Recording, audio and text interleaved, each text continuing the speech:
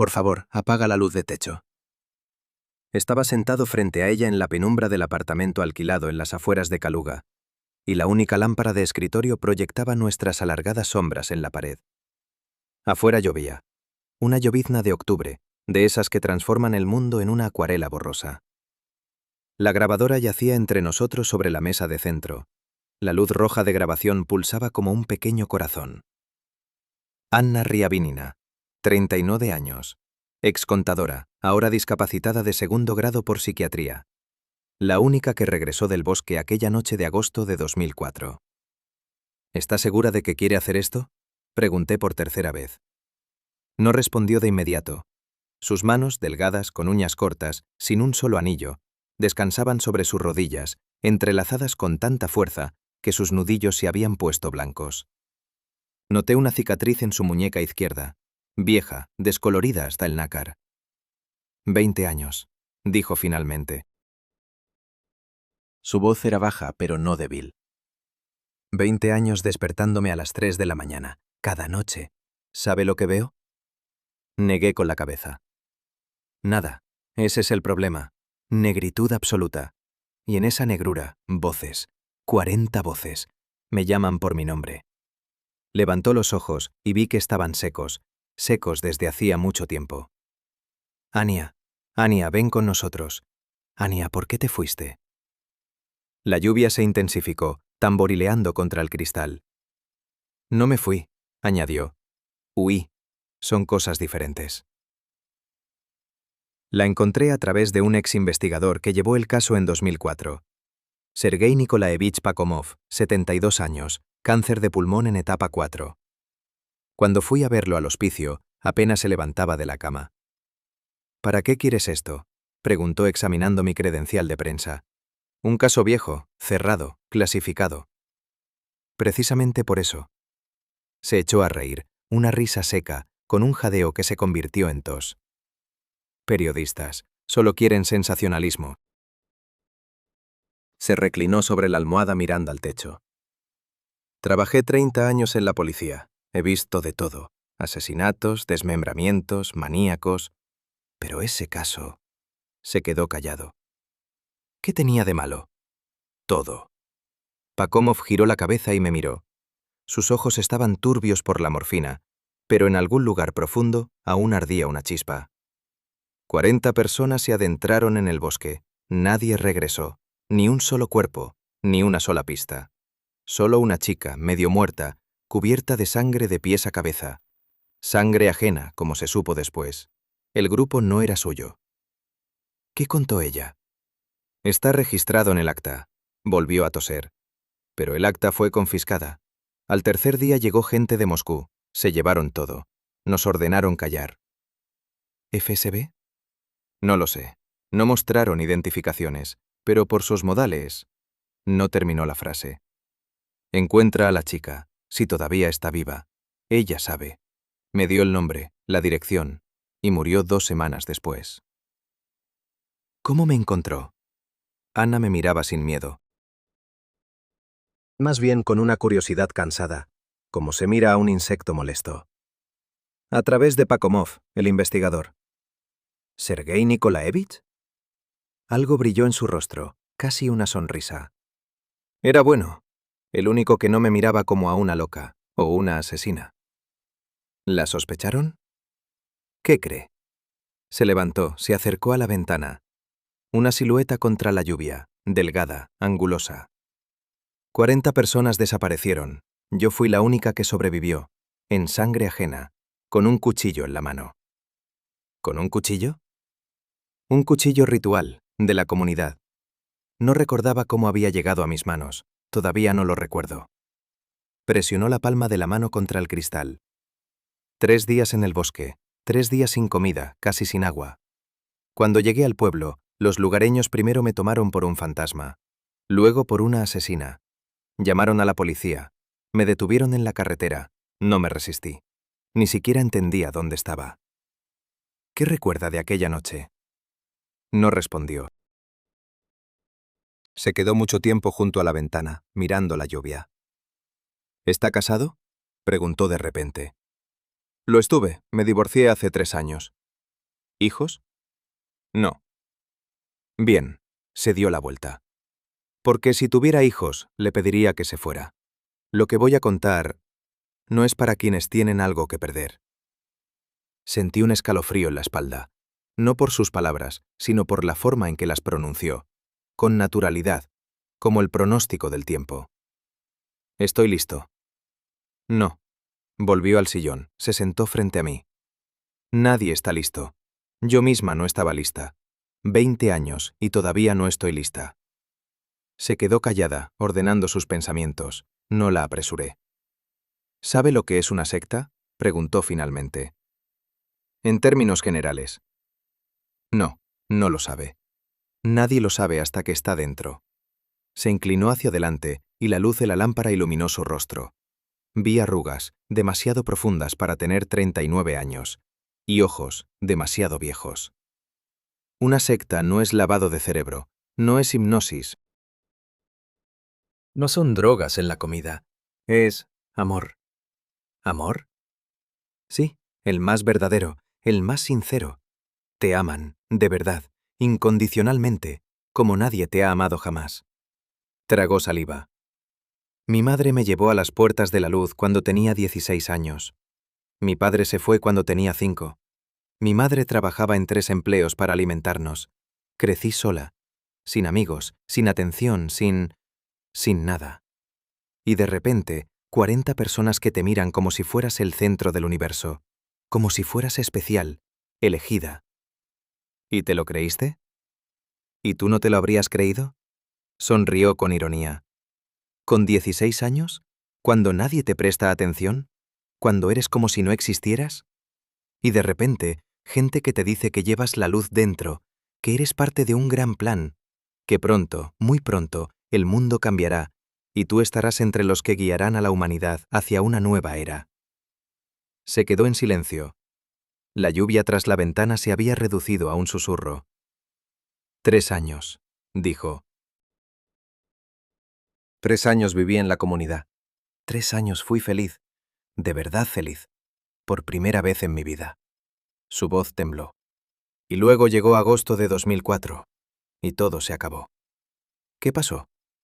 Me miró, largo rato, fijamente, como si decidiera si podía confiar en mí. El maestro anunció la fecha de la ascensión, dijo al fin. 23 de agosto, luna llena. Dijo que esa noche se abrirían las puertas, y aquellos que fueran dignos las atravesarían, hacia el mundo de la luz, hacia la eternidad. ¿Y te lo creíste? Quería creerlo. Bajó la mirada. Pero algo no iba bien. Lo sentía. La semana anterior a la ascensión, el maestro había cambiado, se había vuelto diferente, nervioso, malhumorado. Nunca antes había alzado la voz, y de repente gritaba a todo el mundo, especialmente a Marina. ¿Quién es Marina? Su esposa, la primera discípula. Era... Ana vaciló, buscando las palabras. Era la única que podía llevarle la contraria.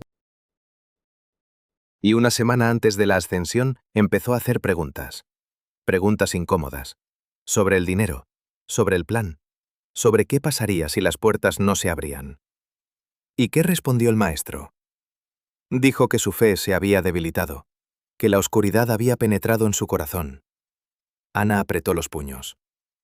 Y luego dijo que la ascensión requería un sacrificio, que alguien debía quedarse, para sellar las puertas desde este lado.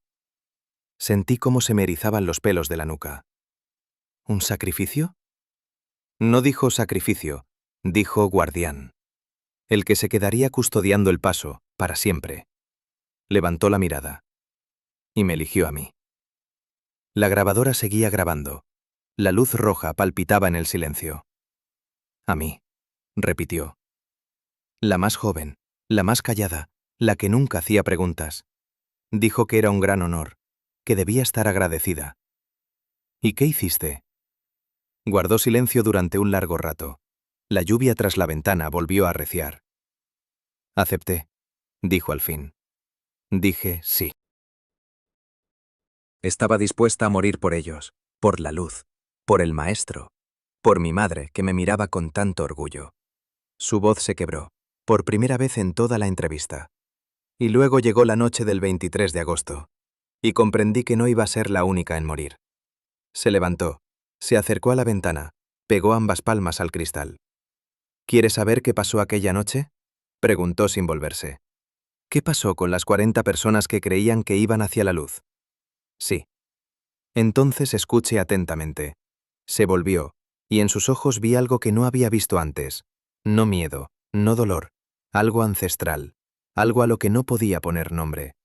Porque lo contaré solo una vez, y cuando termine, lamentará haber preguntado. Volvió al sillón, se sentó, cruzó las manos sobre las rodillas. Pero primero debe entender quiénes éramos, de dónde veníamos, por qué creíamos. Miró a la grabadora. Apáguela, por hoy es suficiente. Pero, mañana. Su voz era firme. Venga mañana. A la misma hora. Y le contaré cómo una chica de 16 años de Podolsk acabó en una secta que le prometía la vida eterna. Se levantó, dando a entender que la conversación había terminado. Apagué la grabadora. La guardé en la bolsa. Me levanté. En la puerta me volví. Estaba de pie junto a la ventana, de nuevo con la palma de la mano pegada al cristal. Ana, dije. ¿Por qué ahora? ¿Por qué después de 20 años? No se volvió. ¿Por qué ha vuelto?, dijo en voz baja. El maestro. Lo vi la semana pasada, en un centro comercial. Ha envejecido, pero lo reconocí enseguida. Me miraba a través de la multitud, y sonreía. Sentí un escalofrío.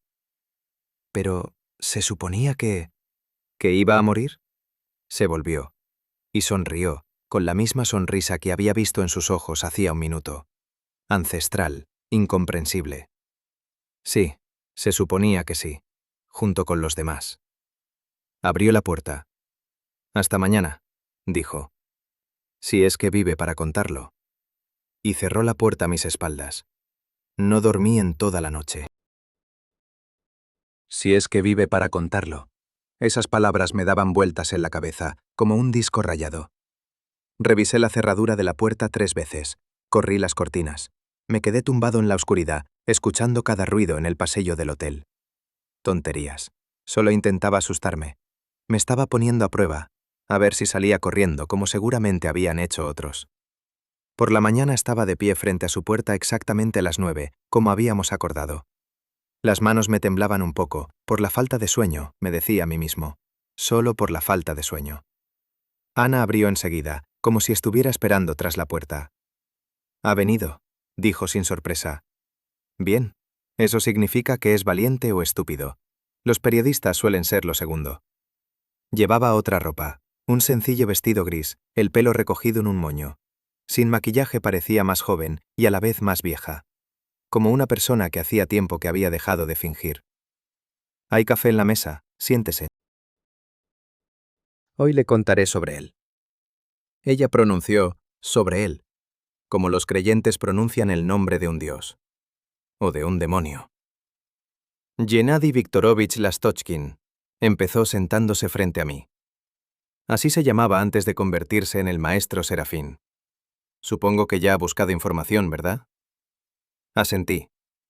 En lugar de dormir, me había pasado la noche rebuscando en los archivos. Antiguo psiquiatra. Trabajaba en la clínica regional. Le retiraron la licencia en el 91. ¿Descubrió por qué se la retiraron? No, los registros están cerrados. Ana sonrió, una sonrisa fina y triste. Experimentos. Realizaba experimentos con pacientes. Privación sensorial, estados alterados de conciencia, hipnosis grupal. Buscaba, como él lo llamaba, las llaves del cuerpo de luz. Oficialmente abuso de poder.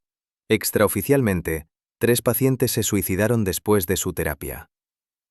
Bebió un sorbo de café mirando por la ventana. ¿Pero sabe qué es lo más aterrador? Que él creía sinceramente que los estaba ayudando, que les estaba abriendo el camino hacia algo superior. No era un charlatán que engañaba a la gente por dinero, era un verdadero creyente en sí mismo. Mi madre me llevó a verlo en noviembre del 99. Ana sacó un cigarrillo pero no lo encendió, simplemente lo hacía girar entre los dedos. Yo tenía 16 años. Mi padre se fue cuando cumplí 12.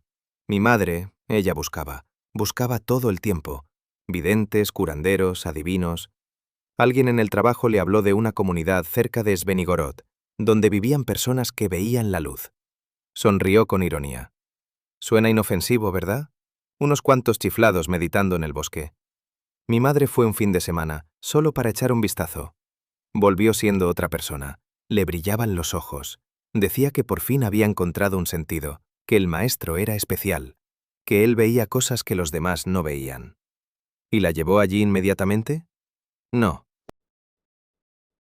Al principio iba sola, todos los fines de semana.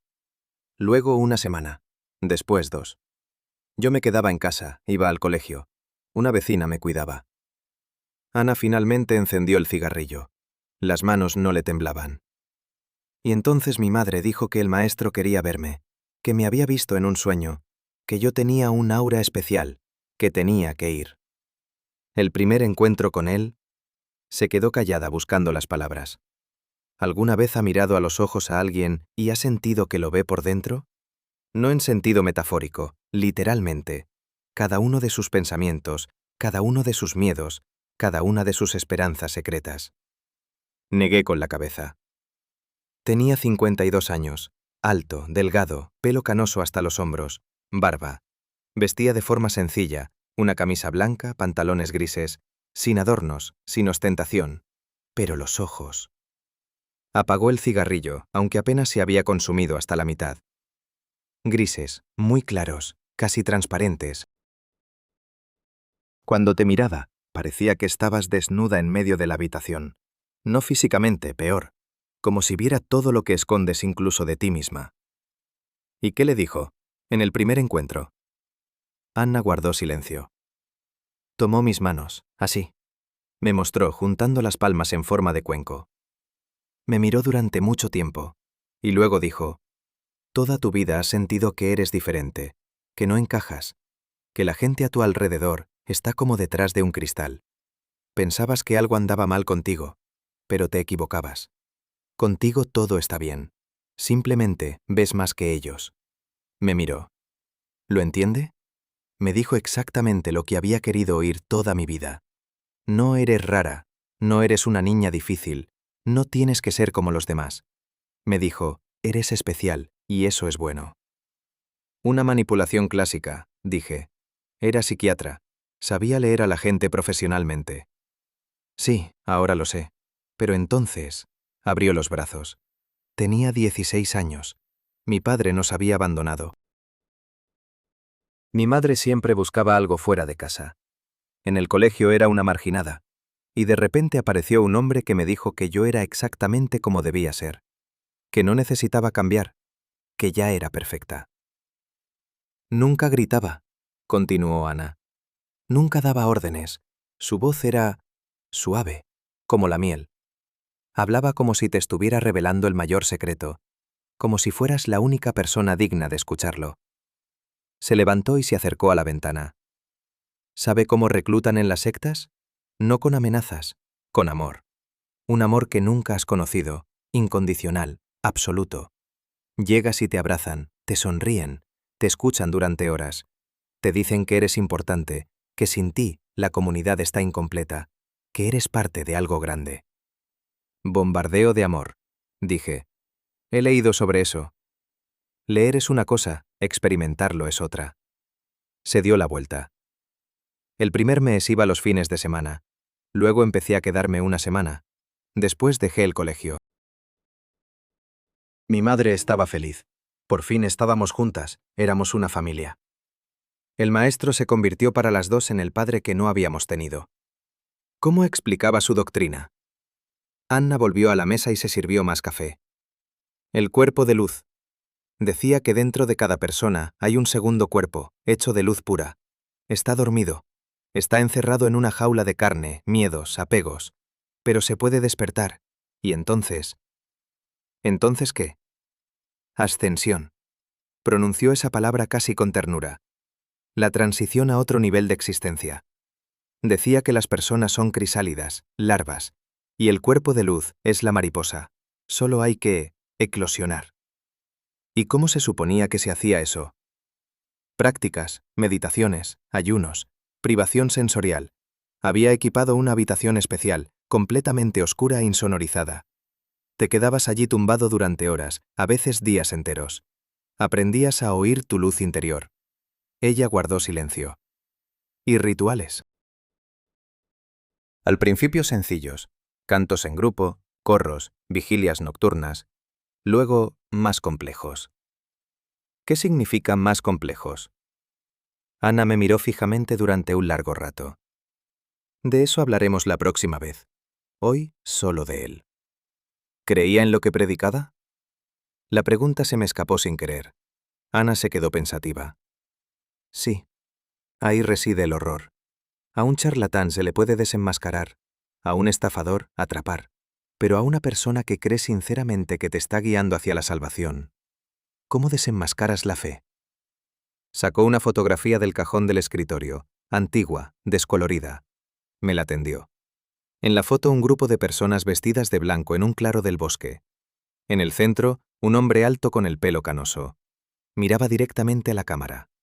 E incluso en la vieja foto, incluso después de 20 años, sus ojos... Sentí un escalofrío en la espalda. «Quédesela», dijo Ana. «Es la única fotografía que tengo. La he guardado todos estos años, no sé ni por qué». Ana, dejé la foto a un lado. Ha dicho que lo vio, la semana pasada, en un centro comercial. Ella asintió. Pero si él estaba allí, en el bosque, aquella noche, ¿cómo pudo sobrevivir? Ana sonrió, la misma sonrisa que ayer, inescrutable. ¿Y quién ha dicho que él estaba allí? Me quedé paralizado. Pero 39 cuerpos. 39, repitió ella. Éramos 40. Se encontraron 39 cuerpos. Yo sobreviví. Haga cuentas. 40 menos 39, menos ella. ¿No encontraron su cuerpo? No encontraron su cuerpo, confirmó Ana. La investigación concluyó que lo habían devorado los animales, o que se había adentrado en el bosque y había muerto allí, o que simplemente no encontraron su cuerpo. El bosque es grande. Se inclinó hacia adelante. Pero yo sé la verdad. Yo lo vi aquella noche, vi lo que hizo, y vi cómo se marchó. ¿Se marchó? ¿A dónde? Al bosque, tranquilamente, sin mirar atrás. Se levantó. Ha vuelto para terminar lo que empezó, y creo... Hizo una pausa. Creo que ha vuelto por mí. Salí de su casa a mediodía. Me dolía la cabeza. En el bolsillo llevaba la fotografía de un hombre que debería haber muerto hacía 20 años. En la calle estaba nublado, chispeaba. Saqué el teléfono para llamar a un taxi, y me quedé helado. En la acera de enfrente había un hombre, alto, con el pelo canoso hasta los hombros. Miraba las ventanas del apartamento de Ana. Luego lentamente giró la cabeza, y me miró a mí. Parpadeé. Pasó un autobús. Cuando pasó, no había nadie en la acera. Saqué la fotografía. Miré el rostro del maestro Serafín, y me di cuenta de que no podía recordar el rostro del hombre que acababa de ver. Solo los ojos, grises, claros, casi transparentes. No le conté a Ana lo del hombre en la calle, quizás porque yo mismo no estaba seguro de lo que había visto, quizás porque temía su reacción, o quizás, y este pensamiento era el que más me asustaba, porque una parte de mí quería entender primero en qué me había metido. A la tercera cita fui con fiebre. 37 grados y 2 décimas. Nada grave, pero me dolía la cabeza y el mundo me parecía un poco borroso por los bordes. Ana se dio cuenta enseguida. ¿Está usted enfermo? Un resfriado, no es nada. Ella negó con la cabeza y se fue a la cocina. Volvió con una taza de algo caliente que olía intensamente a hierbas. Me lo enseñó mi madre. Siempre lo preparaba cuando yo estaba enferma, incluso antes de la comunidad. Tomé la taza. Me temblaban un poco las manos, no de miedo, sino por la fiebre. Cuénteme sobre ella, sobre su madre. Ana se sentó frente a mí. Hoy se veía diferente, más suave, por decirlo de alguna manera. O simplemente estaba cansada de estar a la defensiva. Lyudmila Viktorovna Ryabinina, dijo como si leyera un acta. Nacida en 1958. Estudios superiores, Facultad de Filología de la Universidad Estatal de Moscú. Trabajó como profesora de lengua y literatura rusa en la escuela número 17 de la ciudad de Sholkovo. Divorciada desde 1993. Esos son los hechos. ¿Cómo era ella? Anna guardó silencio durante un largo rato. Fuera llovía, por tercer día consecutivo, como si el otoño hubiera decidido recuperar el tiempo perdido. Estaba perdida, dijo finalmente Anna. Toda su vida. Lo entendí después, cuando crecí. Cuando empecé a hacer preguntas que no se me ocurrió hacer a los 16 años. Se levantó y se acercó a la ventana. Las gotas de lluvia se deslizaban por el cristal y sus sombras se movían por su rostro como lágrimas. Mamá nació en una familia de un funcionario del partido. Mi abuelo era un comunista convencido, de los que creían de verdad. No una revista, no un oportunista, sino un verdadero creyente. Solo que su Dios tenía otro nombre. Se dio la vuelta. ¿Entiende lo que quiero decir? Asentí, lo entendía. Había visto a gente así, a los que necesitan un sistema de coordenadas, necesitan creer en algo más grande que ellos mismos. Cuando la Unión Soviética se derrumbó, mi abuelo murió. Literalmente, un infarto, 3 meses después del golpe de Estado. Y mamá se quedó sin apoyo. Tenía 33 años, enseñaba literatura, tenía una hija de 5 años y un marido que ya entonces había empezado a beber. Y de repente, todo en lo que había creído desde la infancia resultó ser una mentira. Y empezó a buscar un sustituto. No fue de inmediato. Al principio simplemente se rompió. En silencio, sin que se notara. Iba al trabajo, preparaba la cena, revisaba mis tareas. Pero por dentro estaba vacía. Yo lo sentía, incluso siendo pequeña. ¿Sabe cómo sienten los niños? Me abrazaba, y yo sentía que abrazaba una cáscara. Que la verdadera mamá estaba en algún lugar lejano. Bebí un sorbo de la taza. La infusión caliente me quemó la garganta, pero un calor se extendió por mi pecho. Cuando mi padre se fue, yo tenía 10 años. Mamá ni siquiera lloró. Simplemente asintió cuando él dijo que se iba con otra mujer. Le ayudó a empacar sus cosas. Cerró la puerta tras él. Ana volvió a la mesa, pero no se sentó, sino que se apoyó con las manos en el respaldo de la silla. Y luego empezó a buscar. ¿Buscar qué? Todo. Respuestas, sentido. Un Dios, cualquiera que aceptara recibirla. Enumeró, doblando los dedos. Primero la Iglesia Ortodoxa, 6 meses. Luego unos cursos de crecimiento personal. Después los Hare Krishna, poco tiempo, no le gustó cantar.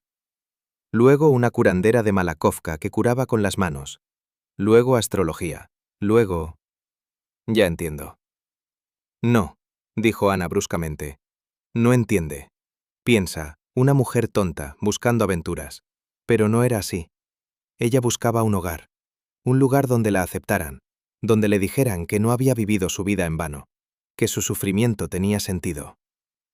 Se sentó. El maestro le dio eso. Mamá me llevó a la comunidad en noviembre del 99. Pero ella había llegado allí antes, en la primavera de ese mismo año. Durante 8 meses vivió una doble vida. Por el día maestra, por la noche y los fines de semana, alumna de Serafín. ¿No notó cambios? Ana sonrió amargamente. Sí que los noté, solo que no entendía lo que significaban. Mamá se volvió feliz. Por primera vez en muchos años. Cantaba mientras preparaba el desayuno, se reía. Me miraba como si me viera de verdad.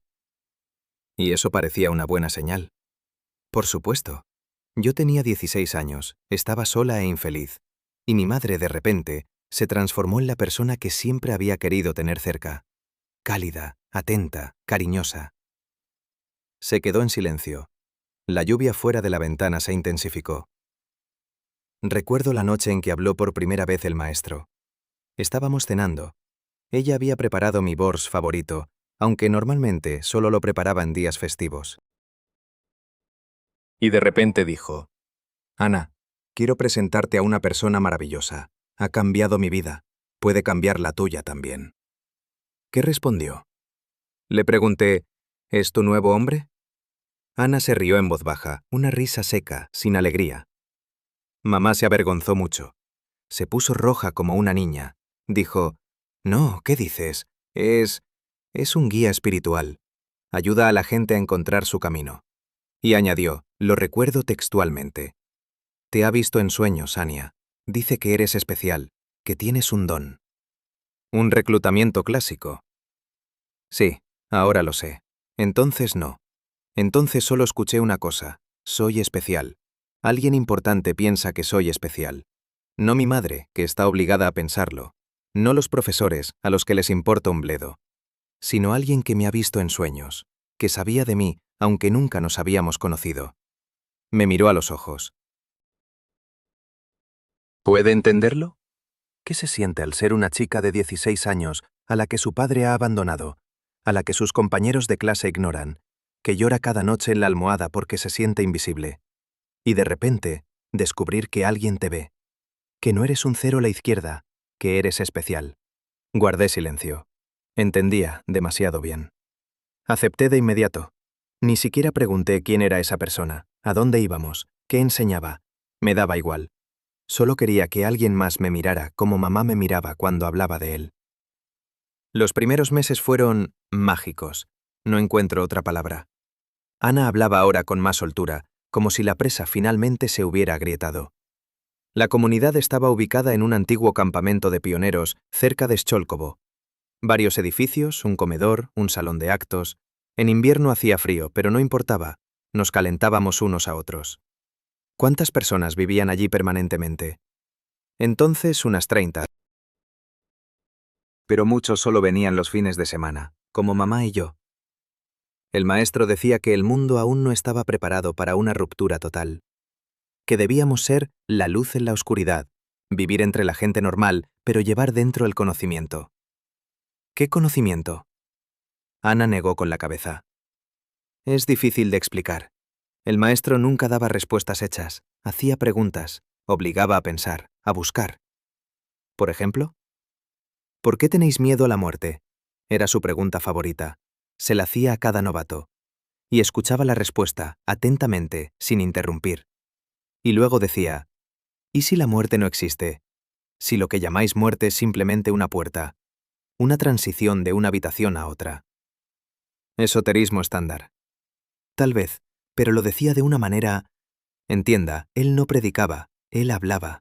Con cada uno, personalmente, individualmente. Lo recordaba todo. Nombres, historias, miedos, sueños. Sabía que mi padre se había ido cuando yo tenía 10 años.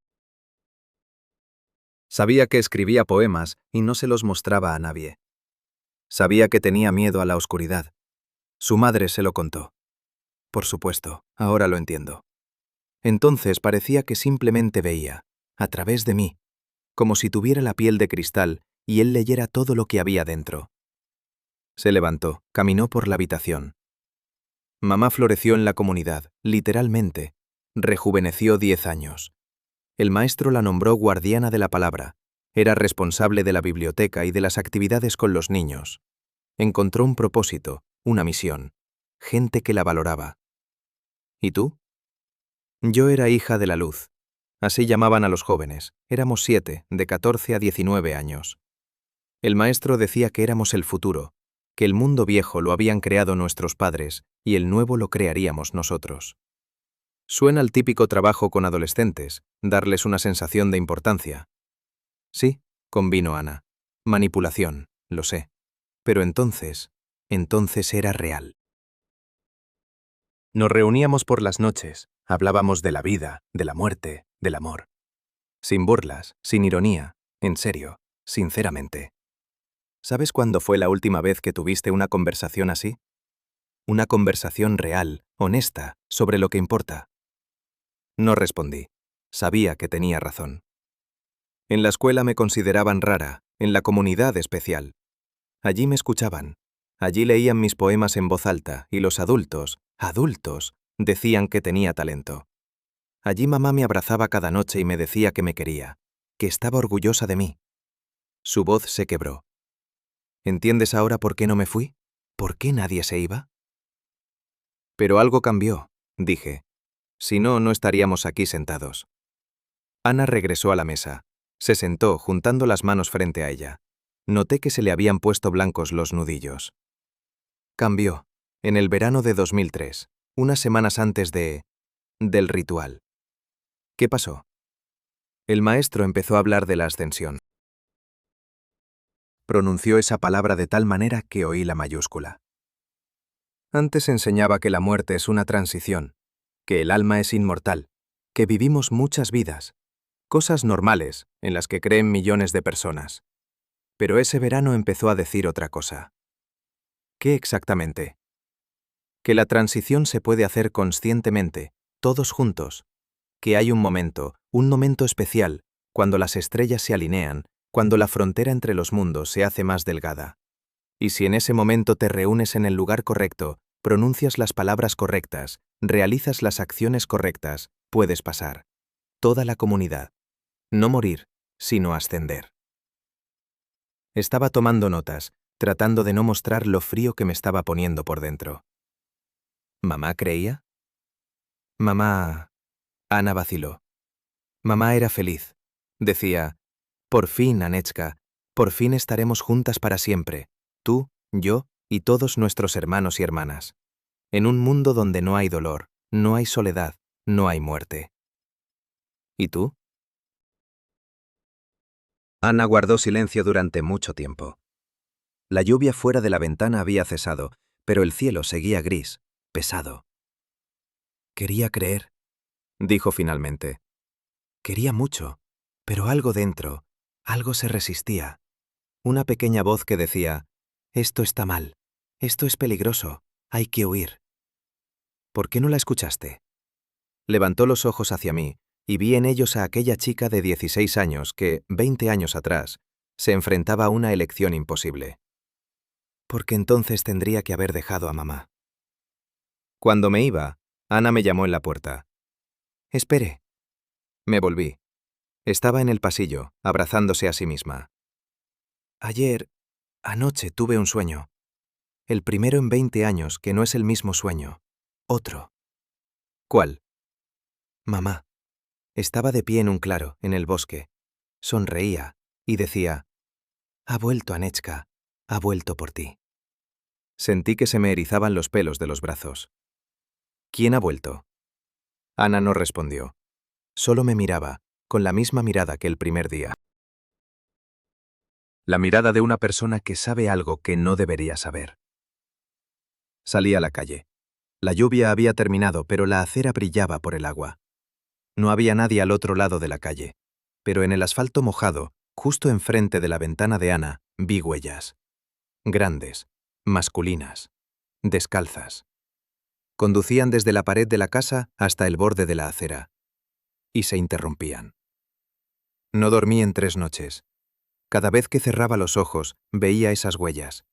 Descalzas, en el asfalto mojado, interrumpiéndose en la nada.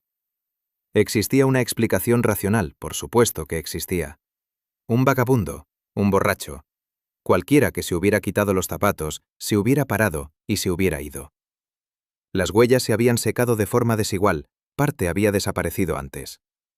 Me lo repetía como un mantra. No ayudaba. Al cuarto día, Ana llamó ella misma. ¿Está preparado para oír hablar de Mark? Su voz sonaba diferente, más firme, como si hubiera tomado una decisión. ¿Mark? Mark Chernetsov. La mano derecha de Serafín. El que convirtió la comunidad en lo que se convirtió al final. El apartamento se veía diferente. Ana había movido los muebles. El sillón ahora estaba de espaldas a la ventana. Las cortinas estaban completamente cerradas, aunque era de día. «¿Usted vio algo?», dijo en lugar de saludar. No era una pregunta. Vacilé. Huellas, en el asfalto. Probablemente solo... ¿Descalzas? Asentí. Ana se dejó caer lentamente en el sillón. Sus manos, me di cuenta solo ahora, temblaban levemente. Ha venido a verme 3 veces en estos 20 años. Cada vez antes de que decidiera hablar. La primera vez, cuando intenté escribir al periódico en 2005. La segunda, cuando acepté hacer un documental en 2012. El productor murió una semana después. Un ataque al corazón, 38 años, absolutamente sano.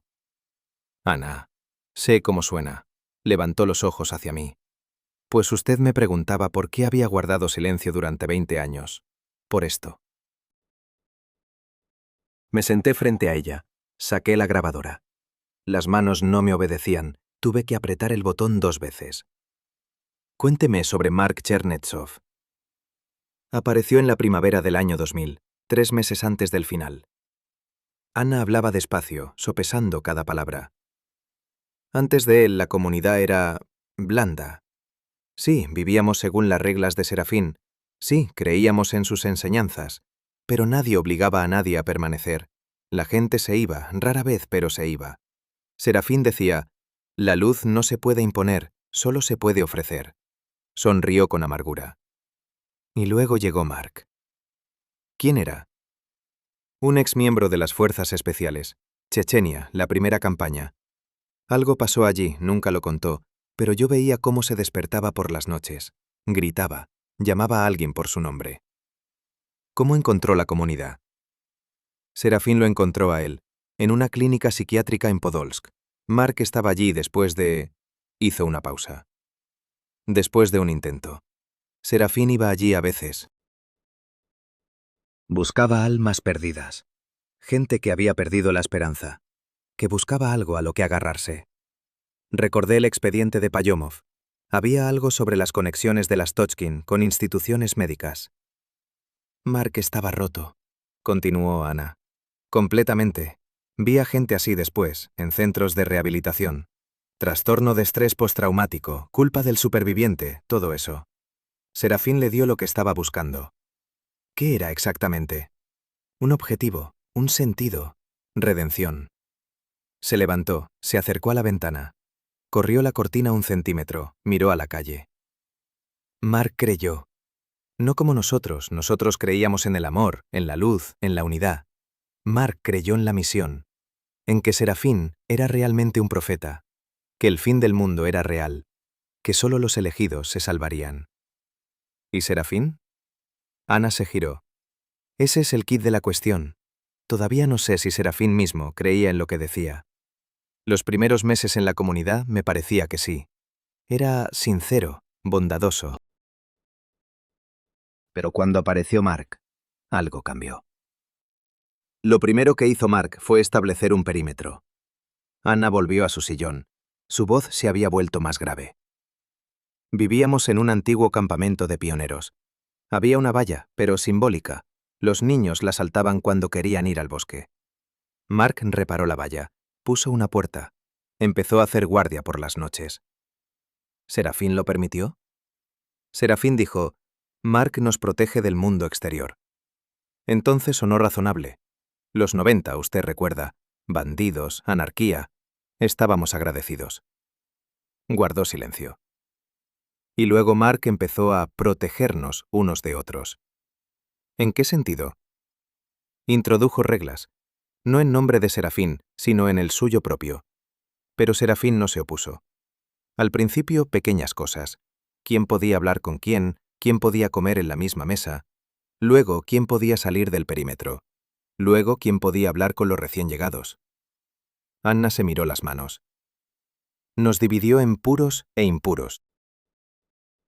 Los que llevaban mucho tiempo en la comunidad, los que habían demostrado su lealtad, eran puros. Los recién llegados eran impuros. Los impuros no tenían derecho a hablar con los puros sin el permiso de Mark. ¿Y usted? Yo era un caso especial. Sus labios se curvaron. Serafín dijo que yo estaba marcada, que me había visto en un sueño mucho antes de que mi madre me trajera a la comunidad. Mark me miraba diferente a los demás. ¿Cómo? Un largo silencio. Como a una amenaza. En mayo del año 2000, Serafín anunció la profecía. Ana pronunció esa palabra como si le quemara los labios. Reunió a todos en el edificio principal. 43 personas, 3 se habían ido un mes antes. Mark no había podido detenerlos. Serafín era diferente. Nunca lo había visto así. ¿Cómo? Poseído. Sus ojos, Negó con la cabeza. ¿Alguna vez ha visto a una persona en un episodio maníaco? Yo los vi después en los hospitales. El mismo brillo, la misma certeza absoluta. Tragó saliva. Dijo que había recibido una revelación, que el 18 de agosto del año 2000, el día del eclipse solar, se abrirían las puertas, las verdaderas puertas, entre este mundo y el siguiente. ¿Y qué había que hacer? Ascender. Ana casi escupió esa palabra. Dijo que nuestros cuerpos eran células, que el alma no podía ascender a la luz mientras estuviera atada a la carne, que en el momento del eclipse, la línea entre los mundos se haría más delgada y podríamos pasar. Sentí un escalofrío recorrer mi columna vertebral. ¿Estaba hablando de un suicidio colectivo? No, ese es el quid de la cuestión. Ana se inclinó hacia adelante. Estaba hablando de una transformación, de que nuestros cuerpos cambiarían, que no moriríamos, nos transformaríamos, nos convertiríamos en luz. Era una locura, pero... Se interrumpió. ¿Pero? Pero era tan convincente, tan seguro. Y Mark estaba de pie junto a él y nos miraba, a cada uno de nosotros, y en su mirada había tal fe. Ana se cubrió la cara con las manos. Mi madre lloraba de felicidad. Me abrazaba y me decía, «Por fin, Anechka, por fin estaremos juntas para siempre». Después del anuncio, todo cambió. Ana hablaba ahora casi en un susurro. Mark se encargó de la preparación. Lo llamaba purificación. Ayunábamos. Meditábamos 6 horas al día. Mark revisaba personalmente a cada uno, hacía preguntas, miraba a los ojos, buscaba la duda. ¿Qué pasaba con los que dudaban? Aislamiento. Mark decía que era por su propio bien, para que la duda no se propagara, para que pudieran purificarse en soledad. Ella hizo una pausa. Vitalik Solokin tenía 22 años. Llegó a la comunidad un año antes que yo. Dijo que quería irse, que quería ver a su madre antes del 18 de agosto. Mark lo llevó al sótano del edificio principal. Vitalik pasó allí una semana. ¿Qué le hicieron? No lo sé. Ana negó con la cabeza. Cuando salió, sonreía. Decía que Mark le había ayudado a ver la luz. Pero en sus ojos no había nada, absolutamente nada. Apagué la grabadora. Necesitaba una pausa. Ana, dije con cautela, ¿entiendes que estás describiendo un esquema clásico de secta totalitaria? Aislamiento, control de la información, castigo por la disidencia. Claro que lo entiendo. Me miró con cansancio. Ahora lo entiendo. Entonces no. Entonces veía una familia que se preparaba para un gran acontecimiento. Veía gente que me quería y quería protegerme de la oscuridad exterior. Se levantó, se acercó a la cómoda, sacó algo de un cajón. He guardado algo. Me tendió una hoja de papel doblada, amarillenta, con los bordes deshilachados. La desplegué. Un dibujo, a lápiz. Un claro en el bosque, rodeado de árboles. En el centro un círculo de figuras humanas. Sobre ellas, algo parecido a un embudo que se perdía en el cielo. Y en ese embudo, no podía entender qué había dibujado. Las líneas se unían para formar algo, pero mi cerebro se negaba a interpretarlo. Lo dibujó Serafín, dijo Ana. 3 días antes del 18 de agosto. Dijo que era lo que había visto en un sueño. Miré el dibujo. La figura en el embudo era incorrecta. Demasiados ángulos, demasiadas extremidades. ¿Qué es esto?, pregunté. Lo llamaba el que espera. Ana me quitó el dibujo de las manos. Serafín decía que no solo ascenderíamos, decía que alguien nos recibiría, alguien que había esperado mucho tiempo. Guardó el papel de nuevo en el cajón. Mark era el que más creía en eso. Decía que en Chechenia, cuando estaba muriendo, había visto a esa criatura. Le dijo que sobreviviría, que tenía un propósito. Ana se giró hacia mí. Mark no solo creía en la profecía, sabía que se cumpliría, porque para él ya se había cumplido una vez. Me iba al anochecer. En el rellano, Ana me detuvo del brazo. La próxima reunión será dentro de una semana. dijo. Necesito tiempo. De acuerdo. Y una cosa más. Bajó la voz. Las huellas que viste aparecían antes de cada una de mis entrevistas, antes de cada intento de contar la verdad.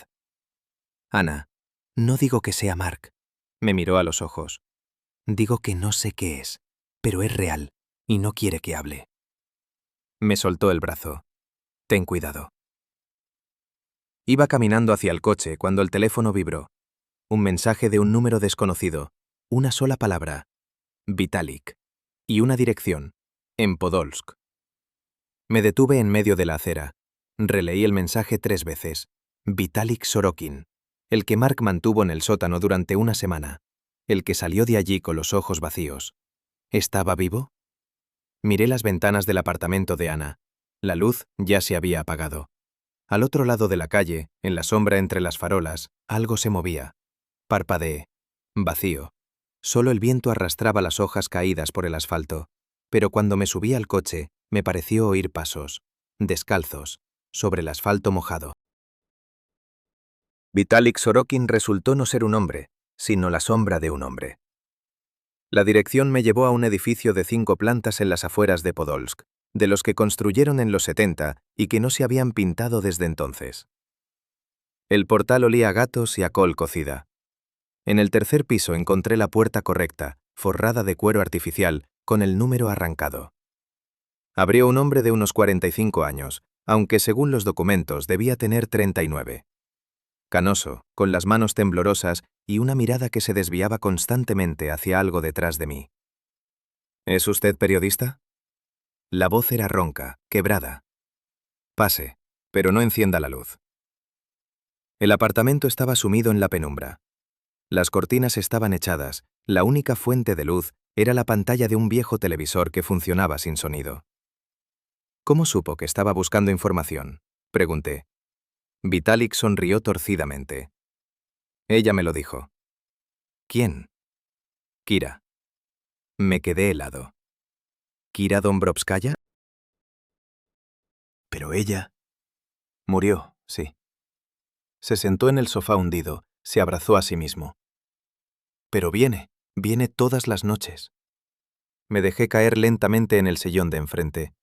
Hacía frío en la habitación, aunque los radiadores estaban calientes. Cuénteme sobre ella.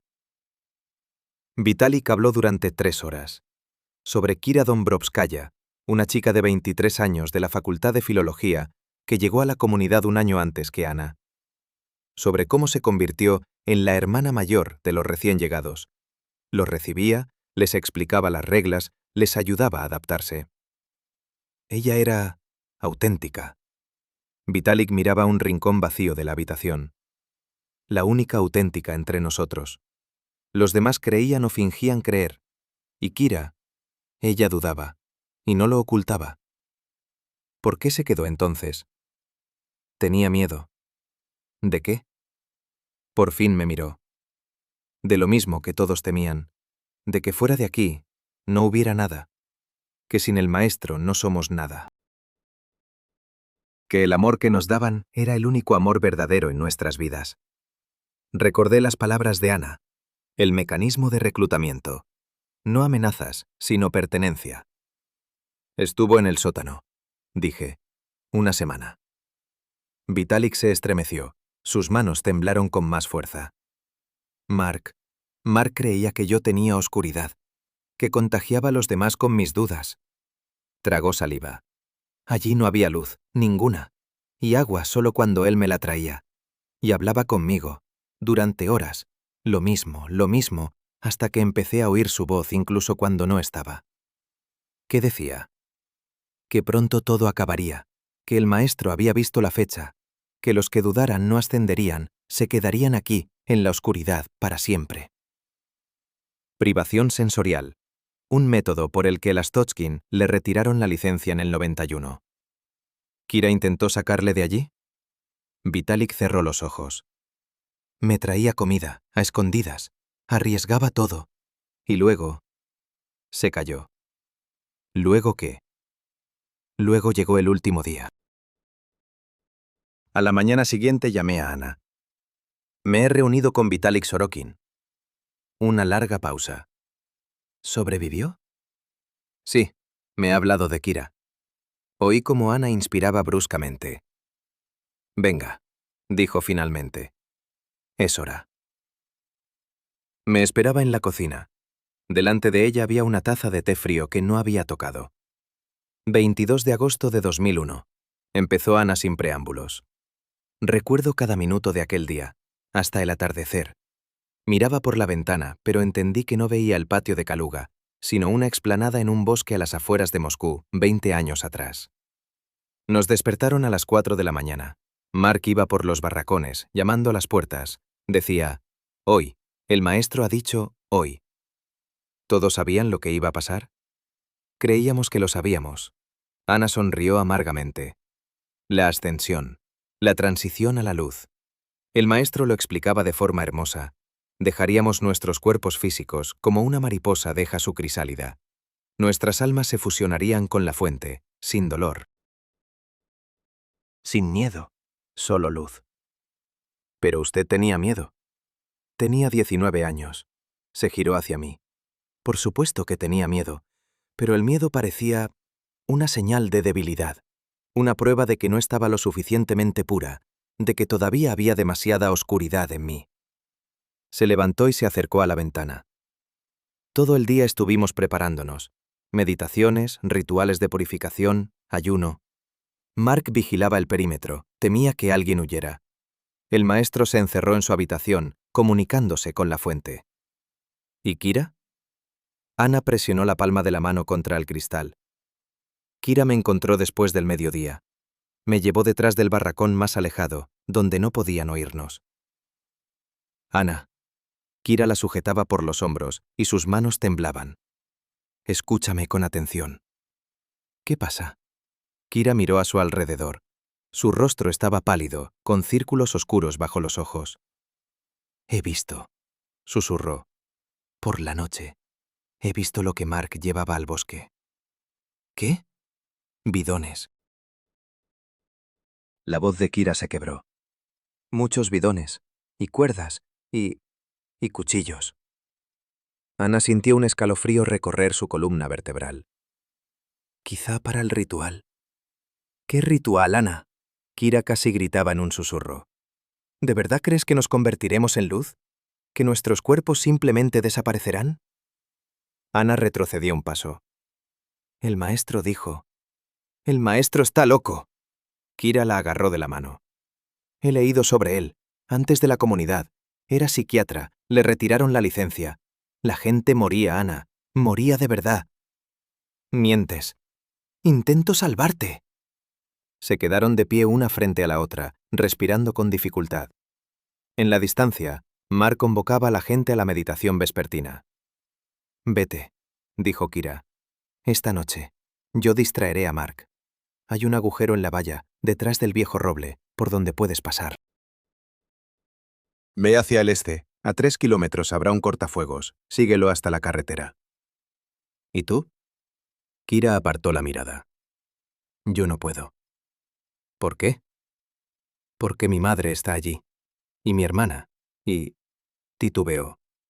Llevo 8 años buscando un lugar donde me quieran. No puedo simplemente irme. Entonces yo me quedaré. No. Kira le apretó la mano con tanta fuerza que le dolió. Tú no.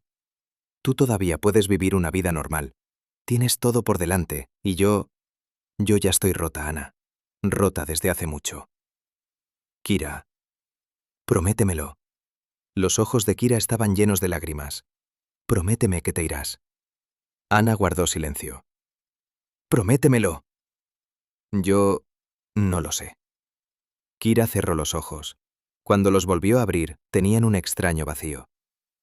Entonces recuerda una cosa. Si algo sale mal, corre. No mires atrás. No intentes salvar a nadie. Simplemente corre. ¿Y tú? ¿Y mamá? Kira no respondió. Solo la abrazó, fuerte, desesperadamente, y le susurró al oído. Perdóname. Por no haber podido protegerte. Luego se apartó y se fue. Ana la miró alejarse. Fue la última vez que vio a Kira con vida. Ana guardó silencio. Esperé sin atreverme a romper el silencio. No me fui, dijo finalmente. Podía haberme ido, y no me fui. Porque mi madre estaba allí. Porque todavía creía. Porque tenía miedo de quedarme sola fuera. No es culpa suya. No, es precisamente mi culpa.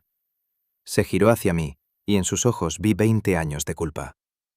Kira me dio una oportunidad, y yo no la aproveché. ¿Y luego qué pasó? Ana volvió a sentarse lentamente a la mesa. Luego llegó el atardecer. Nos reunieron en un claro. 43 personas vestidas de blanco. El maestro hablaba algo sobre la luz, sobre la transición, sobre la eternidad. Mark repartía copas. ¿Veneno? No lo sé. Negó con la cabeza. No recuerdo qué había en las copas. No recuerdo si bebí. Lo último que recuerdo es el rostro de Kira entre la multitud. Me miraba. Y con los labios, sin emitir sonido, repetía: «Corre». Se le quebró la voz. Y luego, oscuridad. 3 días de oscuridad. La miré, a esa mujer que durante 20 años había cargado con un peso capaz de aplastar a cualquiera. Mañana, dijo en voz baja. Mañana les contaré sobre la noche. Sobre lo que hubo en la oscuridad. ¿Está segura? Ella no respondió. Afuera comenzaba a oscurecer. Las farolas aún no se habían encendido, y en ese crepúsculo, entre el día y la noche, me pareció ver una silueta al otro lado de la calle. Una chica vestida de blanco. Estaba inmóvil, mirando las ventanas del apartamento. Parpadeé y desapareció. ¿Usted también la ve?, preguntó Ana. Me volví hacia ella. Miraba hacia el mismo lugar que yo. Viene todas las noches, susurró Ana. Las últimas 3 semanas, desde que acepté la entrevista. ¿Quién es? Ana no respondió, pero yo ya lo sabía. La chica de 23 años de la Facultad de Filología, la hermana mayor. La que intentó salvar al menos un alma, y posiblemente lo logró. Kira Dombrovskaya. Estaba esperando. Y me pareció que me estaba esperando a mí. El investigador Taras Gritsenko vivía en el pueblo de Kratovo, en una casa que aún recordaba el deshielo de Jrushchov. La valla de madera estaba torcida, los manzanos del jardín se habían asilvestrado, y en el porche estaba sentado un gato grande y pelirrojo que me miraba con un desprecio indolente. Lo encontré a través de la base de datos de pensiones del Ministerio del Interior. Un conocido del archivo me debía un favor. Gritsenko accedió a reunirse de inmediato, sin necesidad de persuasión. Como si estuviera esperando. Pase. Abrió la puerta antes de que pudiera llamar. Lo vi por la ventana. Periodista, ¿verdad? Se notaba en la voz cuando llamó. Tenía más de 70 años, pero se movía con facilidad, como un militar. Bigote canoso, manos pesadas, la mirada de un hombre que ha visto lo suficiente como para no sorprenderse de nada. ¿Té? ¿O algo más fuerte? Tengo un buen aguardiente casero, lo destila un vecino. Té, gracias. Sonrió con ironía. Correcto, para esta conversación se necesita la cabeza despejada. Nos sentamos en la cocina. Hule en la mesa, geranios en el alféizar de la ventana, un reloj de cuco que hacía tic-tac. La casa normal de un jubilado normal. Solo una carpeta sobre la mesa, amarilla, desgastada, con una inscripción manuscrita descolorida, desentonaba con el cuadro. La he guardado durante 20 años. Gritsenko puso la mano sobre la carpeta. Copias. Los originales se los llevaron cuando clasificaron el caso, pero yo soy previsor. ¿Por qué accedió a reunirse? Guardó silencio durante un largo rato, removiendo el azúcar en su taza. Porque tengo 73 años. Porque mi esposa murió el año pasado. Porque todas las noches tengo el mismo sueño. Me miró a los ojos. Y porque esa chica merece que su historia sea escuchada. ¿Ana Riavinina? Ella misma. Abrió la carpeta. La trajeron el 25 de agosto de 2001, alrededor del mediodía. Un tractorista del pueblo de Mali Biasi la encontró en un camino rural. Caminaba descalza, con un vestido blanco hecho jirones. En la mano derecha, un cuchillo. Ritual, con empuñadura de hueso, toda ensangrentada, no con su propia sangre. Sacó una fotografía, en blanco y negro, granulada. Vi a una chica, casi una niña, sentada en una silla en un despacho. Mirada vacía, cabello enmarañado, manchas oscuras en la ropa. Durante el primer día no dijo absolutamente nada. Simplemente se sentaba y miraba a la pared. El médico quería enviarla a psiquiatría, pero yo... vaciló. Yo pedí que esperaran. Algo en sus ojos. No locura. Horror. Hay una diferencia. ¿Y habló? Al segundo día. Alrededor de las 3 de la mañana. Yo estaba de guardia, no podía dormir. Estaba sentado en el pasillo. Y de repente oigo desde su habitación. Están cantando. Entré. Ella estaba sentada en la cama, con los ojos abiertos, pero mirando a través de mí. Y hablaba. Hablaba. Apenas podía tomar notas. Sacó de la carpeta hojas escritas con letra pequeña. Aquí está, todo lo que contó esa noche, palabra por palabra. Tomé las hojas, me temblaban las manos. Declaraciones de Riavinina A.S., 19 años, registradas el 27 de agosto de 2001, 0315 a 0447. Salimos de la comunidad a las 11 de la noche. Había luna llena. El maestro dijo, __, quote_, 51__. 43 personas. Todos de blanco. Mi madre me tomaba de la mano, sonreía. Decía, __, quote_, 52__. Mark iba delante con una antorcha. Detrás de él, el maestro. Él cantaba. Todos cantábamos. El himno de la ascensión. Todavía recuerdo las palabras, pero no puedo pronunciarlas. Cuando lo intento, se me duerme la lengua. Caminamos durante aproximadamente 1 hora. El bosque se volvía cada vez más denso. Luego llegamos a un claro, grande, redondo, como si lo hubieran talado a propósito. En el centro, una piedra, plana, ancha, como una mesa. Alrededor de la piedra, bidones, cuerdas, cuchillos, muchos cuchillos. El maestro se subió a la piedra y levantó las manos. La luna estaba justo encima de él. Dijo, __, quote__, 53__. Alguien gritó. Parece que era Vitalik. Intentó escapar. Pero Mark lo atrapó. Lo golpeó. Vitalik cayó. Después todo se mezcló. El maestro empezó a repartir cuchillos. La gente los tomaba. Mamá tomó uno. Me miró y me dijo, quote__, 54__. Quería correr, pero mis piernas no se movían. Como en un sueño, cuando intentas correr y no puedes. Entonces oí una voz, femenina, detrás de mí. Era Kira. Me agarró de la mano y me arrastró hacia los árboles. No entendía lo que estaba pasando. Todo estaba como en la niebla. La gente gritaba o cantaba. No podía distinguirlo. Corrimos. Las ramas me azotaban la cara. Kira me arrastraba tras ella. Decía algo, pero no la oía. Tenía un zumbido en los oídos. Entonces se detuvo. __, quote__, 56__, dijo. __, quote__, 57__, quote__, 58__. No respondió. Simplemente se dio la vuelta y regresó, hacia el claro. Quería detenerla, quería gritar, pero no pude. La voz se me había ido. Lo último que vi fue su vestido blanco entre los árboles. Después, oscuridad.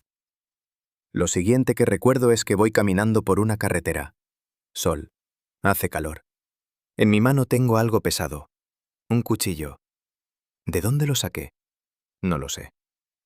3 días. 3 días que no recuerdo. Pero a veces por la noche oigo. Cantan. Los 40. Y mamá entre ellos. Dejé los folios. Grisenko me miraba, esperando mi reacción. ¿Encontraron el claro? Pregunté. Lo encontramos. Sacó otra fotografía. 2 días después de su declaración. En la foto un claro en el bosque. Hierba pisoteada, manchas oscuras en el suelo. ¿Sangre? Mucha sangre, litros, pero ni un solo cuerpo. Golpeó la fotografía con el dedo. 42 personas se evaporaron, solo quedó la sangre. Y esto. La siguiente foto. Un montón de tela blanca. Ropa. Decenas de vestidos y camisas amontonados. Se desnudaron antes de lo que fuera que pasó. Todos. La ropa está limpia. Ni una gota de sangre. ¿Cómo es posible? Grisenko cerró la carpeta. Llevo 40 años en la policía. He visto de todo. Maníacos, asesinos en serie, asesinatos rituales. Pero algo así. Negó con la cabeza. Los expertos dijeron que la sangre pertenece a al menos 30 personas diferentes. El ADN lo confirmó. Miembros de la comunidad. Pero no hay cuerpos. Ni uno solo. Rastreé el bosque en un radio de 20 kilómetros. Perros, helicópteros, buzos en los lagos. Nada. ¿Por eso clasificaron el caso? Por eso. Una semana después llegaron personas de Moscú, sin uniforme, pero con credenciales que hicieron temblar las manos de nuestro jefe. Se llevaron todo. Pruebas, actas, fotografías. Se llevaron a la niña. Dijeron que a una clínica especializada. Nos ordenaron guardar silencio. Nos hicieron firmar un acuerdo de confidencialidad. Pero usted guardó copias. Sonrió. Ya le digo, soy previsor. Hizo una pausa. Y algo más. La niña, Ania, antes de que se la llevaran, me pidió un favor. ¿Qué favor? __quote, _59, _, me dijo. __quote, _60, _. Grisenko se frotó los ojos. La busqué, extraoficialmente, después de que cerraron el caso. Kira Dombrovskaya, 23 años, estudiante de Filología de la Universidad Estatal de Moscú. Desapareció en agosto de 2001. Los padres presentaron una denuncia, pero se unió al caso general, y luego lo clasificaron. Se levantó y se acercó a la ventana. ¿Sabe qué es lo más aterrador? Encontré algo en ese claro, personalmente, antes de que los moscovitas se lo llevaran todo. ¿Qué? No respondió de inmediato. Sacó de su bolsillo algo pequeño, envuelto en un pañuelo. Esto, un anillo de plata, fino, con una inscripción grabada. Entrecerré los ojos, tratando de descifrar las letras. Asterisco __, quote _ 61 _ asterisco. Kira Dombrovskaya a Anna Riabinina, dijo Grichenko. Lo encontré en el borde del claro, donde empezaban los árboles, donde ella se llevó a la niña. Miré el anillo. Ella regresó. Susurré. ¿Qué? Kira. Ella regresó al claro, después de llevarse a Ania. Regresó con los demás. Grichenko asintió. Yo también lo creo. La pregunta es, ¿por qué? Recordé la silueta blanca frente a las ventanas de Ana, la chica que viene cada noche durante las últimas 3 semanas. Tal vez, dije. Todavía está tratando de salvarlos. Grichenko me miró fijamente durante un largo rato. Usted la ha visto, dijo. No era una pregunta, era una afirmación. No respondí. Me tendió el anillo. Tómelo. Déselo a Ania. Ella debe saber que Kira, que no la abandonó, que tomó una decisión. Tomé el anillo. Estaba frío, demasiado frío para un objeto que acababa de estar en el bolsillo de un hombre vivo. Salí de la casa de Grichenko cuando ya había oscurecido. Me senté en un banco junto a la puerta, encendí un cigarrillo. El anillo estaba en mi bolsillo y sentía su peso, desproporcionado a su tamaño. El teléfono vibró. Un mensaje de Ana. Asterisco __, quote _ 62 __. Marqué su número. Tonos. Más tonos. Luego una voz. Pero no la de Ana. Tranquila, femenina, joven.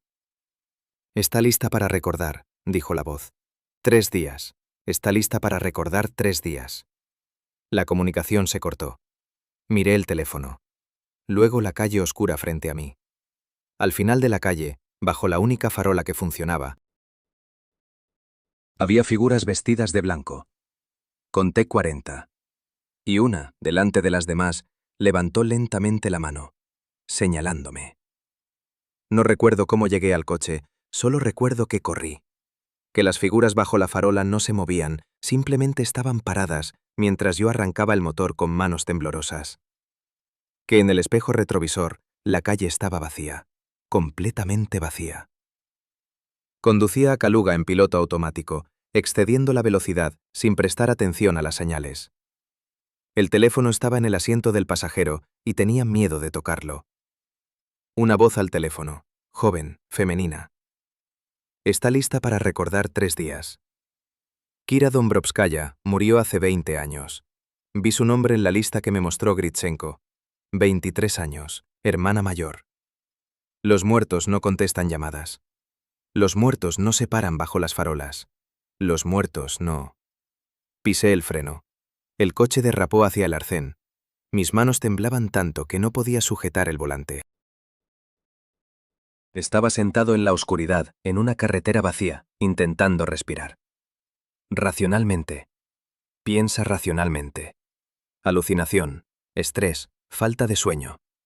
Llevaba casi una semana sin dormir, leyendo los documentos del caso, hablando con personas traumatizadas. La psique está fallando, es normal, es explicable. El teléfono vibró. Miré la pantalla sin atreverme a contestar. Un mensaje de Ana. Ven, lo he recordado.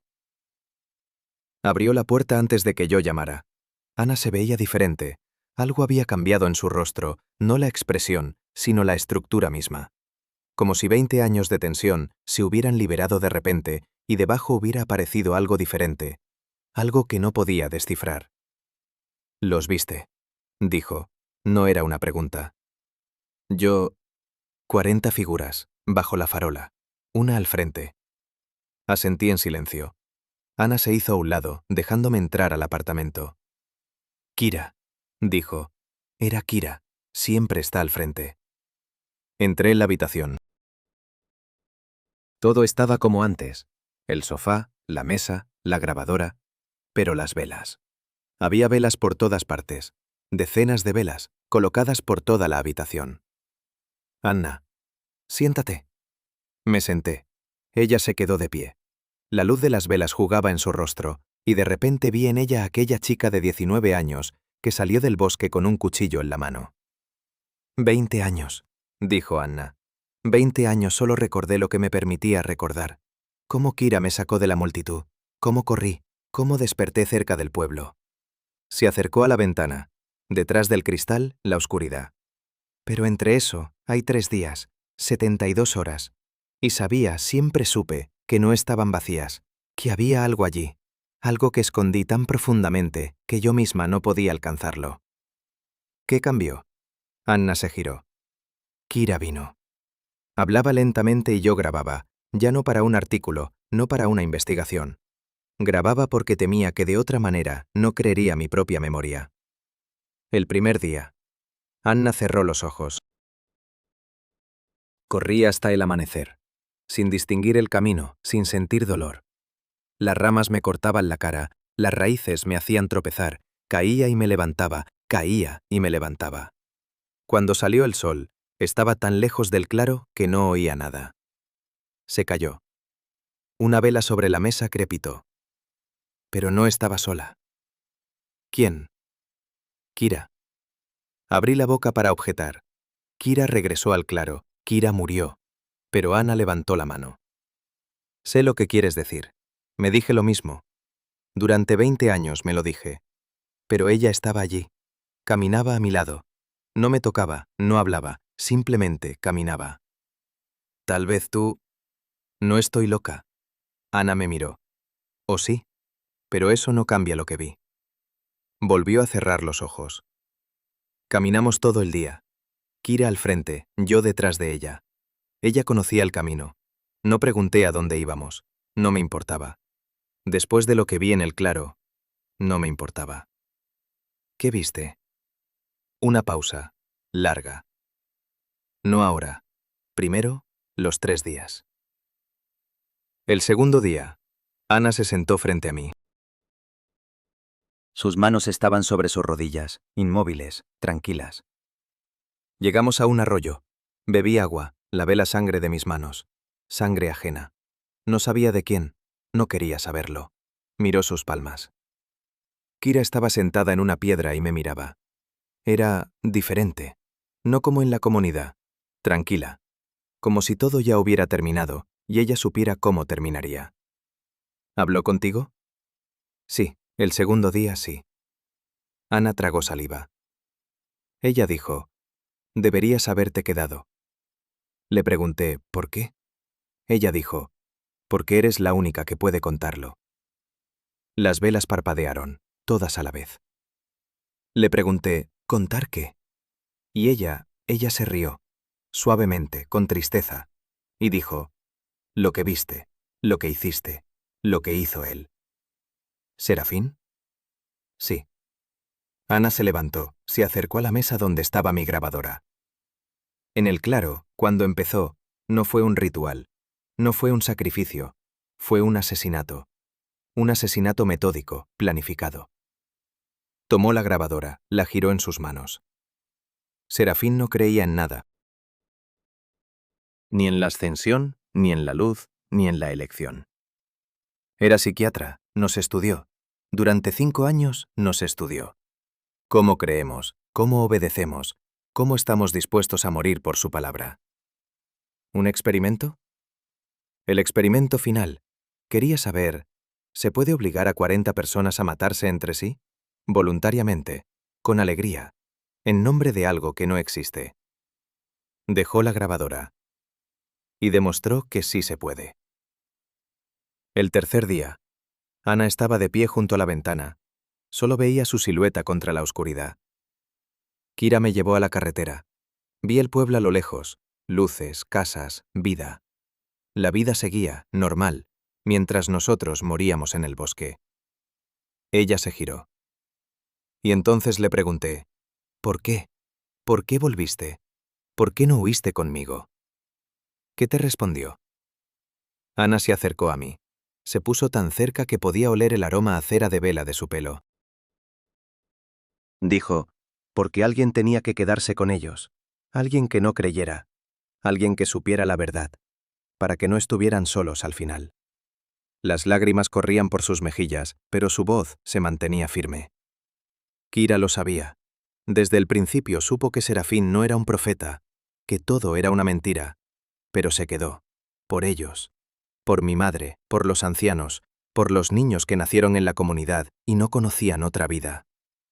¿Por qué no avisó antes? Porque no le habrían creído. Ana negó con la cabeza. Nadie le habría creído. Lo amaban tanto que estaban dispuestos a morir. Y Kira los amaba, tanto que se quedó a morir con ellos. Me quedé sentado, inmóvil. La grabadora registraba el silencio. El cuchillo, dije finalmente. Saliste del bosque con un cuchillo, cubierta de sangre. Ana asintió. Kira me lo dio. Al tercer día, antes de que fuera al pueblo. Me dijo, tómalo, es la prueba. Sin él no te creerán. ¿De quién era la sangre? Ana guardó silencio. Ana, ¿de quién era la sangre? Ella me miró a los ojos. De Serafín. La habitación se tambaleó. ¿Qué? Kira lo mató, allí en el claro, cuando todo empezó. Mientras los demás se acuchillaban, ella se acercó a él y... Ana se pasó la mano por la garganta. No se lo esperaba. Pensaba que lo controlaba todo, que éramos ratas de laboratorio y él un científico con bata blanca. Pero Kira... Sonrió. Por primera vez en todos nuestros encuentros, sonrió. Kira era más inteligente que él. Salí al balcón. Necesitaba aire. Kaluga dormía. Una ciudad normal, una noche normal. Abajo pasó un coche. Un perro ladró. Ana salió detrás de mí. Quería saber la verdad, dijo. Ahí la tienes. 40 personas murieron porque un hombre quería demostrar una teoría. Y la demostró. Y luego murió a manos de la que consideraba la más débil. ¿Por qué guardaste silencio durante 20 años? Porque ¿quién me habría creído? Ana se apoyó en la barandilla. Una chica de 19 años, la única superviviente, con un cuchillo en la mano. Si hubiera contado la verdad, que vi el fantasma de Kira durante 3 días, que me dio el arma del crimen, me habrían encerrado en un psiquiátrico. Para siempre. Tenía razón. Yo mismo no lo habría creído. Hace una semana no lo habría creído. ¿Y ahora? Ahora... Ana miró al cielo. Ahora vienen. No solo a mí, a ti también. Los has visto. 40 figuras bajo la farola. ¿Qué quieren? Que lo cuentes. Me giré. ¿Qué? Han esperado 20 años. Esperado a que yo estuviera preparada, a que encontrara a alguien que pudiera escuchar, que pudiera grabar, que pudiera contárselo al mundo. Ana tomó mi mano. Tú eres esa persona. Por eso se te aparecieron. Por eso Kira respondió a tu llamada. Sus dedos estaban helados. Pero la historia aún no ha terminado, dijo. Queda una persona con la que tienes que hablar. ¿Quién? Ana soltó mi mano. Mark Chernetsov. Me quedé helado. ¿Está vivo? Oh, sí. Ana retrocedió hacia la puerta. Está muy vivo, y es el único, además de mí, que sabe lo que pasó de verdad, lo que Serafín planeaba, y por qué el caso se clasificó. Se detuvo en el umbral. Pero ten cuidado, Mark no es como Vitalik. No se ha roto, simplemente ha estado esperando. ¿Esperando qué? Anna sonrió, con la misma sonrisa extraña de antes. A ti. Cerró la puerta del balcón. Me quedé solo mirando la ciudad nocturna. Y solo entonces me di cuenta. Abajo, en la calle vacía, había una figura vestida de blanco. Sola. Me estaba mirando. Y asintió lentamente. No dormí esa noche. La figura de blanco desapareció en cuanto parpadeé. Quizá no había estado allí. Quizá había perdido definitivamente el contacto con la realidad, como aquellas 40 personas en el claro que tomaron cuchillos y empezaron a acuchillarse entre sí. Por la mañana encontré la dirección. Mark Chernetsov, poblado de Spetli, región de Kaluga. Una casa particular en las afueras. La ironía no se me escapó. El antiguo miembro de las fuerzas especiales, que había instaurado un régimen de control total en la comunidad, vivía en un lugar llamado Svetli, luminoso. Como si hace 20 años no hubiera tenido suficiente luz. Salía al amanecer. La casa estaba en las afueras del poblado, separada de los vecinos por una alta valla de metal corrugado. Una valla nueva, un terreno bien cuidado, una antena parabólica en el tejado. No parecía la vivienda de un hombre destrozado. Aparqué junto a la puerta y salí. La cámara sobre la puerta giró hacia mí. «Le estaba esperando», sonó una voz por el altavoz. «Pase». La cerradura hizo clic. Empujé la puerta y entré en el patio.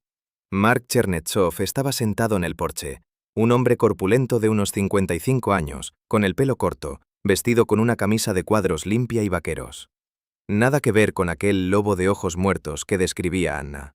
Un veraneante normal, recibiendo a un invitado. Solo las manos lo delataban, grandes, con los nudillos marcados, manos que sabían cómo infligir dolor. «Siéntese», señaló una silla de mimbre enfrente. «¿Té? ¿Café?» «No, gracias». «Como quiera». Me miraba con calma, sin hostilidad, estudiaba. Ana dijo que me estaba esperando, empecé. 20 años, Mark asintió. Sabía que tarde o temprano alguien vendría, alguien lo suficientemente obstinado como para llegar al fondo. Al principio pensé que sería un investigador, luego un familiar de alguna de las víctimas. Resultó ser un periodista. Pronunció la palabra sin desprecio, simplemente constató el hecho. ¿Sabe por qué estoy aquí? Lo sé. Quiere entender qué pasó en la explanada, por qué 40 personas se mataron entre sí, y por qué el caso se clasificó como secreto. ¿Y por qué usted sobrevivió? Mark sonrió, una sonrisa corta y dura. Porque no fui al bosque. Me fui 2 días antes del ritual. No me esperaba eso. ¿Se fue? Serafín me envió. Dijo que necesitaba preparar un punto de evacuación. Un lugar al que nos trasladaríamos después de la ascensión. Mark negó con la cabeza. Yo era su mano derecha, cumplía órdenes, no hacía preguntas. Las garrafas, las cuerdas, los cuchillos, usted los llevó al bosque. Sí, una semana antes del ritual. Serafín dijo que eran para la purificación con fuego. No pregunté qué significaba. Se quedó en silencio, mirando algún punto más allá de mí. ¿Sabía lo que estaba planeando? No. Mark negó con la cabeza. Pensé que sería como siempre. Meditación, oraciones, tal vez alguna prueba. A Serafín le gustaban las pruebas, pero no esto. Entonces, ¿cómo sabe lo que pasó? Mark se levantó y entró en la casa. Regresó un minuto después con una carpeta, vieja, desgastada, con la inscripción descolorida, caso número, y el número borrado. Porque encontré esto. Puso la carpeta delante de mí. Ábrala. Dentro había documentos. Decenas de páginas mecanografiadas, con anotaciones manuscritas en los márgenes. Proyecto Consenso, etapa 3, pruebas de campo. Mientras leía, el mundo a mi alrededor cambiaba. Gennady Lastochkin, alias Maestro Serafim, nunca fue simplemente un psiquiatra solitario. Entre 1989 y 1991, trabajó en un instituto de investigación cerrado cerca de Moscú. Oficialmente, investigación sobre psicoterapia de grupo. Extraoficialmente, desarrollo de métodos de influencia psicológica masiva. El proyecto se financiaba con un fondo especial, supervisado por personas cuyos nombres habían sido tachados con un rotulador negro. El objetivo del proyecto: crear un modelo de obediencia absoluta. Un grupo de personas que a una orden ejecutarían cualquier orden, incluida la autodestrucción. La comunidad Puertas de la Luz fue un experimento de campo. Durante 5 años, Serafim reunió a los sujetos de prueba. Los seleccionó según su perfil psicológico, solitarios, perdidos, buscando un significado. Construyó un sistema de control. Probó los límites de la obediencia. El ritual de la ascensión fue la prueba final. Demostró que funciona, dijo Mark. 40 personas, voluntariamente, con una sola palabra. Levanté la vista de los documentos. ¿Cómo consiguió esto? Serafín guardaba copias en un escondite, por si necesitaba negociar. Las encontré cuando volví a la base una semana después del ritual. Ya estaba la policía allí, pero no encontraron el escondite. ¿Y se ha callado durante 20 años? Mark me miró, y por primera vez vi algo más que una fría calma en sus ojos. Yo era parte de esto. Yo construí la prisión para él. Yo metí a la gente en el sótano. Se calló. Si no me hubiera ido 2 días antes del ritual, yo también habría cogido un cuchillo. Lo sé. Serafín me transformó, como a todos los demás. Entonces, ¿por qué ahora? ¿Por qué ha accedido a hablar? Mark señaló la carpeta. La última página. La hojeé. Proyecto Consenso. Recomendaciones para la ampliación. Y debajo una lista. Ciudades, fechas, nombres de organizaciones. Algunos los reconocí. Había leído sobre ellos en las noticias. Suicidios masivos, asesinatos rituales, sectas que terminaron en tragedias. Serafim no era el único, dijo Mark. Era un prototipo, una prueba de concepto. Después de él hubo otros, y habrá más. Se inclinó hacia mí. Por eso esperé. Esperé a alguien que pudiera publicar esto, que no tuviera miedo. ¿Y los que clasificaron el caso? Todavía están ahí. Mark asintió. Pero ya son mayores, se están debilitando, y no esperan que nadie lo recuerde. Pasé todo el día con Mark. Me contó sobre su vida antes de la comunidad, sobre la guerra, sobre cómo Serafim lo encontró en una clínica psiquiátrica y le ofreció un propósito. Sobre lo fácil que resultó creer que la violencia es una forma de amor y el control es cuidado. Sobre cómo durante 20 años se despertaba gritando, viendo los rostros de las personas a las que encerraba en el sótano. Vitalik Sorokin, dije. Estuve con él. Mark asintió. Lo sé, yo intenté contactar con él varias veces. No quiere hablar. Está roto. Todos estamos rotos. Mark se miró las manos. Solo que de manera diferente. Cuando me iba, salió a despedirme hasta la puerta. Ana, dijo, ¿cómo está? Ella lo está llevando bien. Dígale... Se calló. No, no le diga nada. Ella lo sabe. Me subí al coche. Mark, una última pregunta. ¿Sí? Serafim, ¿encontraron su cuerpo? Mark guardó silencio durante un largo rato. No, dijo finalmente. El cuerpo de Serafim no estaba en la explanada. Solo 40, solo los demás. Cerró la puerta. Regresé a Moscú 3 días después. La carpeta estaba en el asiento del pasajero. Hice copias, 3 juegos, y las envié a diferentes lugares, por si me pasaba algo. Ana no respondía a las llamadas. Al cuarto día fui a Kaluga, al apartamento que alquilábamos para vernos.